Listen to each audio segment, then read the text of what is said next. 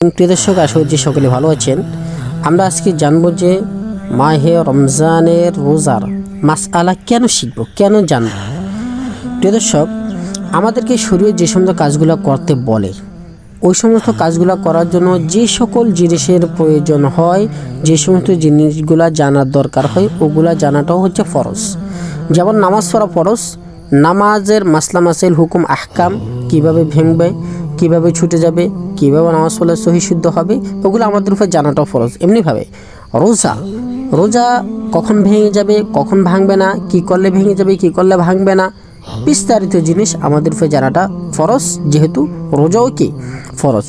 প্রিয় দর্শক, বিষয়টা আরও ক্লিয়ারভাবে বোঝার জন্য আমি আপনাদেরকে একটি মেসাল দিচ্ছি। মনে করেন কেউ হজে গিয়েছে, বাংলাদেশ থেকে লাখ লাখ টাকা খরচ করে হজে গিয়েছে। হজ থেকে এসে সে বলতেছে যে হাই রে, হজ তো করে আসলাম, কিন্তু এই আমলটা মনে হয় হয়নি, এই আমলটা এভাবে নয়, মনে হয় এভাবে করা উচিত ছিল, এই আমলটার ভিতরে মনে হয় একটু ভুল হয়ে গিয়েছে, ইত্যাদি ইত্যাদি।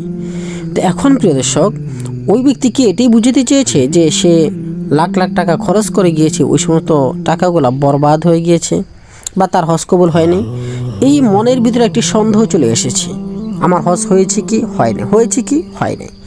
এই যে এই সন্দেহটা আসছে, এই জন্য যে আমরা মাসআলা শিখিনি, মাসআলা জানি নেই, এই জন্য সন্দেহটা চলে এসেছে। বুঝুন যে এমনিভাবে মাহে রমজানের রোজা, আপনি সারাদিন রোজা রেখেছেন, আপনার স্বপ্নদোষ হয়ে গিয়েছে। এখন নাইট প্রেশার হওয়ার পরে রোজা থাকে কি থাকে না, বা দিনের বেলা ঘুমিয়েছেন, আপনি আরাম করতে যাচ্ছেন, ঘুমিয়েছেন, তখন স্বপ্নদোষ হয়ে গিয়েছে, আপনার বমি চলে এসেছে, আপনি ভুলে কিছু খেয়ে ফেলেছেন, আপনার রোজা কি আছে? কেউ বলেছে হয়েছে, কেউ বলেছে হয় নাই, আবার কেউ বলতেছে এরকম রোজা হয়ই না। আপনি এই সারা দিন রোজা অবস্থায় শুধু সন্দেহের ভিতরে কাটিয়ে দিয়েছেন যে আমার রোজা হয়েছে কি হয়নি, আমার রোজা হবে কি হবে না, আমার রোজা হয় নাই কেন, আমার রোজা মনে হয় হয়নি, এটা মনে পরে রাখতে হবে, ইত্যাদি ইত্যাদি। প্রিয় দর্শক, ইয়াকিন এবং বিশ্বাসের সহিত আমি যদি মাসআলা জেনে থাকতাম, তাহলে যদি ভুলেই কিছু খেয়ে ফেলতাম, তখন আমার মাথায় চিন্তা চলে আসতেছে যে হ্যাঁ না, ভুলে যদি কিছু খায় তাহলে রোজা ভঙ্গ হয় না।